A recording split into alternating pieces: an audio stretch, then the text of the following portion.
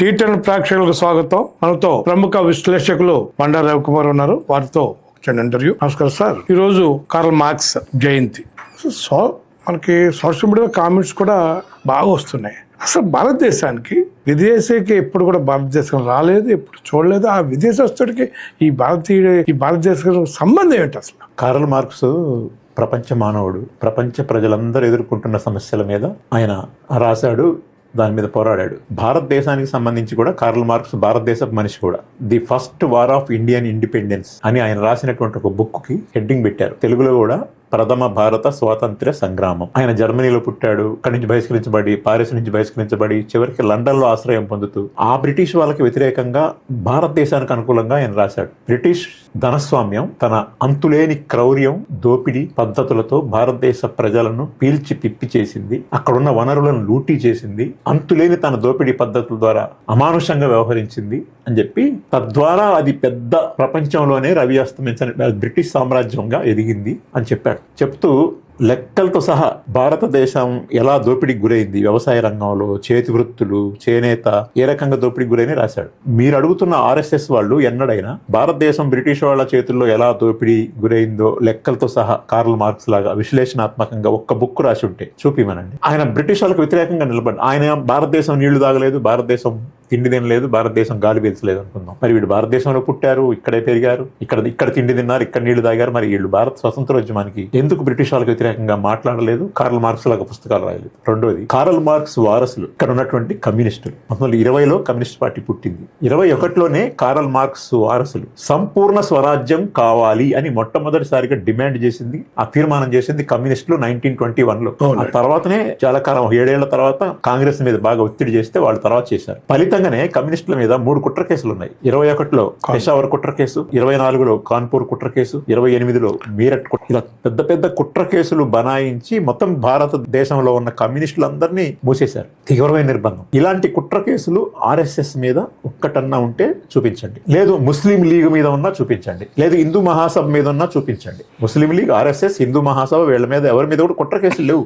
వాళ్ళకి వీళ్ళకి మధ్యలో సాఫ్ట్ కార్నర్ నడిచింది. రెండవది, బ్యాన్, నిషేధం. 1934లో కమ్యూనిస్టు పార్టీని బ్రిటిష్ ప్రభుత్వం బ్యాన్ చేసి పడేసింది. మరి ఆర్ఎస్ఎస్ ని కానీ, హిందూ మహాసభను కానీ, ముస్లిం లీగ్ని కానీ బ్యాన్ చేసిందా? చేయలేదు. సంపూర్ణ స్వరాజ్యం డిమాండ్ చేసింది కానీ, కుట్ర కేసులకు గురైంది కానీ, నిషేధానికి గురైంది కానీ కమ్యూనిస్ట్ పార్టీ కార్ల్ మార్క్స్ వారసత్వం. కార్ల్ మార్క్స్ మార్క్సిజం దేశం ఎట్లయితుంది? ఈ దేశ స్వతంత్రం కోసం పోరాడిన వాళ్ళు, భరతమాత దాస్య శృంఖలాలను ఛేదించడం కోసం పోరాడినటువంటి వాళ్ళు కదా దేశభక్తులు అంటే. బ్రిటిష్ వాళ్ళతో పోరాడిన వాడు, ప్రాణాలు అర్పించిన వాడు, త్యాగాలు చేసిన వాళ్ళు దేశభక్తుల? వాళ్ళతో లొంగిపోయిన వాళ్ళు, వాళ్ళతో కుమ్ముక్కైన వాళ్ళు, పోరాటం చేయకుండా ఉన్న వాళ్ళు దేశభక్తుల? సరే, ఇప్పుడు యుద్ధాలు గడుపుద్దాం. ఈ దేశంలో ఇవాళ పశ్చిమాసియా యుద్ధం, మనం ప్రత్యక్షంగా కాకపోయినా పరోక్షంగా దాని భారాలన్నీ భరిస్తున్నాం. ఆ యుద్ధాల కారణాలు ఏమిటి అనేది కార్ల్ మార్క్స్ విశ్లేషించారా? యుద్ధాలు మీద కార్ల్ మార్క్స్ చాలా తీవ్రంగా రియాక్ట్ అయ్యాడు. యుద్ధాలు అనేది పెట్టుబడిదారులు తీసుకొస్తారు. తమ యొక్క సరుకుల్ని అమ్ముకోవడం కోసం, తన వ్యాపారాన్ని ప్రపంచవ్యాప్తంగా విస్తరించడం కోసం అవసరమైతే కొన్ని దేశాలను ఆక్రమించాలని ప్రయత్నం చేస్తారు. ఆ దేశాల మార్కెట్లని కబళించడం, ఆ తర్వాత అక్కడున్న వనరుల్ని దోచుకోవడం, అక్కడ వీళ్ళ సరుకుల్ని అక్కడ అమ్మటం, అక్కడ వాళ్ళు సొంతంగా తయారు చేసే వస్తువుల్ని దివాళా తీయించడం. మన భారతదేశం మీద బ్రిటిష్ వాళ్ళు చేసింది అదే. ఈ దేశాన్ని ఈస్ట్ ఇండియా కంపెనీ పేరుతో వచ్చి ఆ తర్వాత ఈ దేశాన్ని ఆక్రమించి ఈ దేశంలో ఉన్నటువంటి వనరులన్నింటినీ వాళ్ళు దోసుకొని పోయి వాళ్ళ వస్తువులన్నింటినీ ఇక్కడ అమ్ముకొని మన వస్తువుల మీద ఎక్కువ ట్యాక్సులు విధించి ఈ భారతదేశాన్ని వాళ్ళకు మార్కెట్ గా తీసుకున్నారు. 200 సంవత్సరాలు దోచుకున్నారు. అంటే పెట్టుబడిదారీ విధానం. యుద్ధాలు అంటే ప్రజలను ఆక్రమించడం కోసం వచ్చారు.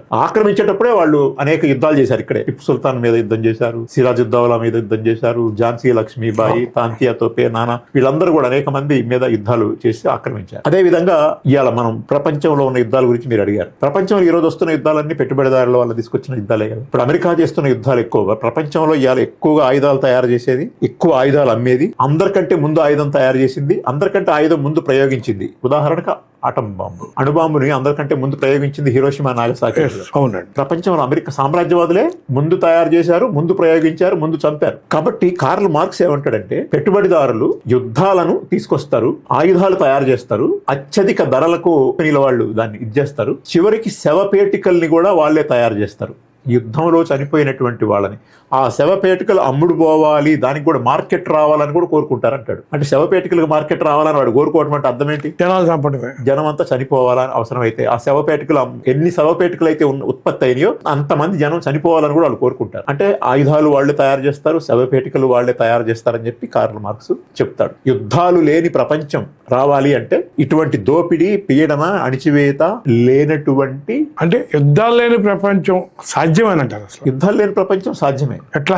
యుద్ధాలు అవసరం లేదు. ఎందుకంటే ఒక మనిషిని వేరొక మనిషి, ఒక జాతిని వేరొక జాతి, ఒక దేశాన్ని వేరొక దేశం దోపిడీ చేయడానికి వీలు లేని న్యాయసమ్మతమైన సాంఘిక, ఆర్థిక, రాజకీయ వ్యవస్థ కావాలనేది కార్ల్ మార్క్స్ యొక్క కల. ఆ రకంగానే అది సాధ్యపడుతుంది. మొత్తం ఆయుధాలు మేమెవరం తయారు చెయ్యము అని చెప్పి ముందు ప్రపంచ దేశాలకి మేము తయారు చెయ్యమని, అంతకంటే ముందు ఏం చెప్పాలంటే మేము అణ్వాయుధాలు ఏ దేశం మీద ప్రయోగించము అని అణ్వాయుధ దేశాలన్నీ ప్రపంచానికి హామీ ఇవ్వచ్చు. మేము ముందుగా ఏ దేశం మీద ఆయుధాలను ప్రయోగించము, అది ఒకటి కదా. కాబట్టి ఈ రకంగా కొన్ని కండిషన్స్ పెట్టుకుంటే ఇవాళ జనాన్ని చంపాల్సినటువంటి అవసరం ఉండదు. అయితే కార్ల్ మార్క్స్ చెప్పింది ఏంటంటే పెట్టుబడిదారీ వ్యవస్థ అదొక వ్యవస్థగా అది ఎప్పుడు మనుగడ సాగించదు. అది ఖచ్చితంగా దోపిడీ చేసే బతుకుతుంది, దేశాలను ఆక్రమించి బతుకుద్ది, వనరులను దోపిడీ చేసి బతుకుద్ది, శ్రమని దోపిడీ చేసి బతుకుద్ది, దేశాలను ఆక్రమించి బతుకుద్ది, అందుకోసం ఆయుధాలు తయారు చేస్తుంది.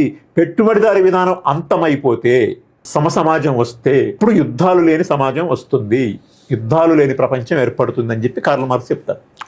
కార్ల్ మార్క్స్ ఆర్థికపరమైన అంశాలు, రాజకీయ అంశాలే కాకుండా వేరే అంశాలను సూచించాడు. ఆయన అనేక అంశాలు మాట్లాడారు. పర్యావరణం మీద కార్ల్ మార్క్స్ చాలా బాగా చెప్పాడు 170 సంవత్సరాల క్రితం. పర్యావరణాన్ని మనం రక్షించుకోవాలి, పర్యావరణాన్ని మనం కాపాడితే అది మనల్ని కాపాడుతుంది.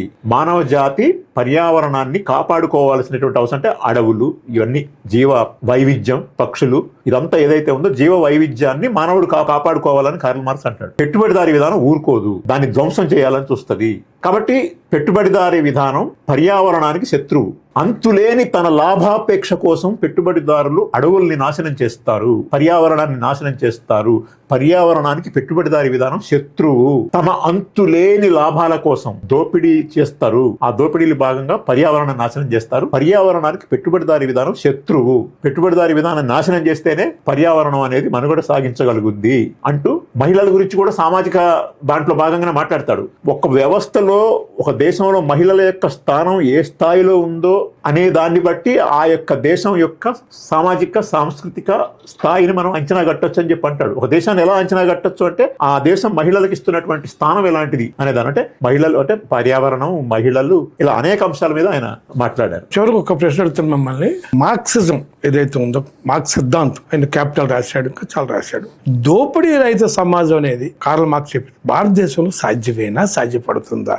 ఎందుకంటే నిన్న మన ఎన్నికల్లో కూడా చూస్తున్నాం, ప్రపంచంలో ఎక్కడైనా సరే దోపిడీ లేని సమాజం సాధ్యమే. ఎందుకంటే దోపిడీ అనేది ప్రకృతిలో అది సహజ సిద్ధమైంది ఏం కాదు. అది ప్రకృతిలో జంతువులు, పక్షులు, చెట్లు, అడవి, లేదు అంతకుముందు ఉన్న ఆది మానవులు, ఆది మానవ సమాజం, ఇవన్నీ మనం ఒకసారి పరిశీలన చేస్తే కార్ల్ మార్క్స్ చాలా స్పష్టంగా చెప్తాడు. ఆది మానవ సమాజంలో సమిష్టిగా ఉండేవాళ్ళు, ఆ రకంగా అందరు కలిసి వేటకెళ్లేవాళ్ళు, అక్కడ దోపిడీ లేదు.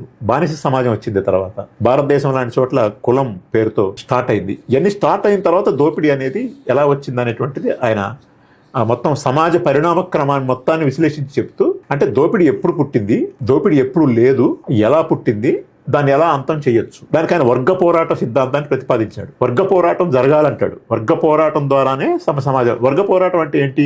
సాంస్కృతిక రంగంలో, సామాజిక రంగంలో, రాజకీయ రంగంలో, ఆర్థిక రంగంలో, సైద్ధాంతిక రంగంలో దోపిడీకి, పీడనకు, అణిచివేతకు వ్యతిరేకంగా జరిగే పోరాటమే, సమాజం కోసం జరిగే పోరాటమే వర్గ పోరాటం అని సిద్ధాంతం. దాన్ని ఒక వజ్రాయుధంగా తీసుకొని అన్ని రంగాల్లో ఏకకాలంలో జరగాలి. సామాజిక రంగంలో వర్గ పోరాటం అంటే భారతదేశంలో కులం మీద, కుల అణిచివేత మీద, మహిళలు అనేది ఎలాగో వస్తుంది. ఇట్లా ఈ సామాజిక రంగంలో వర్గ పోరాటం అంటే మనం ఇక్కడ అప్లై చేసుకోవాల్సింది కులం మీద, కుల అణిచివేత మీద పోరాటం. సాంస్కృతిక రంగం అంటే సాంస్కృతిక అణిచివేతకు వ్యతిరేకంగా వైవిధ్యాన్ని, బహుళత్వాన్ని కాపాడుకునేటువంటి పోరాటం. ఇట్లా అన్ని అంశాలు మార్క్సిజంలో భాగంగా ఉన్నాయి. కొంతమంది తెలియక ఆర్థిక రంగంలో పోరాటమే ఆ మార్క్సిజం అనుకునేవాళ్ళు ఉన్నారు. కానీ ఈ అన్ని రంగాల్లో జరిగినటువంటి పోరాటాన్ని సమగ్రమైన వర్గ పోరాటంగా ఆయన చెప్పారు. ఇది భారతదేశం సాధ్యం అంటారా? మళ్ళీ ఇంకోసారి మేము అడుగుతాం, భారతదేశంలో సాధ్యం ఎందుకు కాదు?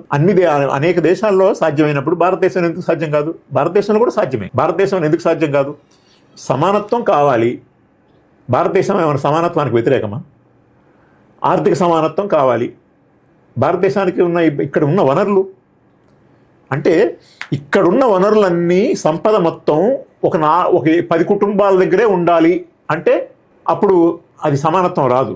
ప్రజలందరిది ఇది. ఎప్పుడైతే 10 కుటుంబాల దగ్గర 2-3 కుటుంబాల దగ్గర సంపద మొత్తం పోగుబడింది అనుకోండి, అప్పుడు పేదరికం, మానసిక అశాంతి, ప్రశాంతత లేకపోవడం, లేకపోతే నిరుద్యోగం, కొనుగోలు శక్తి లేకపోవడం జరుగుద్ది. ఎప్పుడంటే భారతదేశంలో సమానత్వం రావాలని ఎట్లా వస్తుంది? భారత ప్రజలందరి చేతుల్లో డబ్బు ఉంటే, వాళ్ళ కొనుగోలు శక్తి ఉంటే, వాళ్ళు వ్యవసాయ పారిశ్రామిక వస్తువులన్నిటినీ కొనగలిగితే అప్పుడు అనేక పరిశ్రమలు నిర్మాణం అవుతాయి. పరిశ్రమలు మూతపడటం అనేది ఉండదు. ఇప్పుడు ఏం జరుగుతుంది?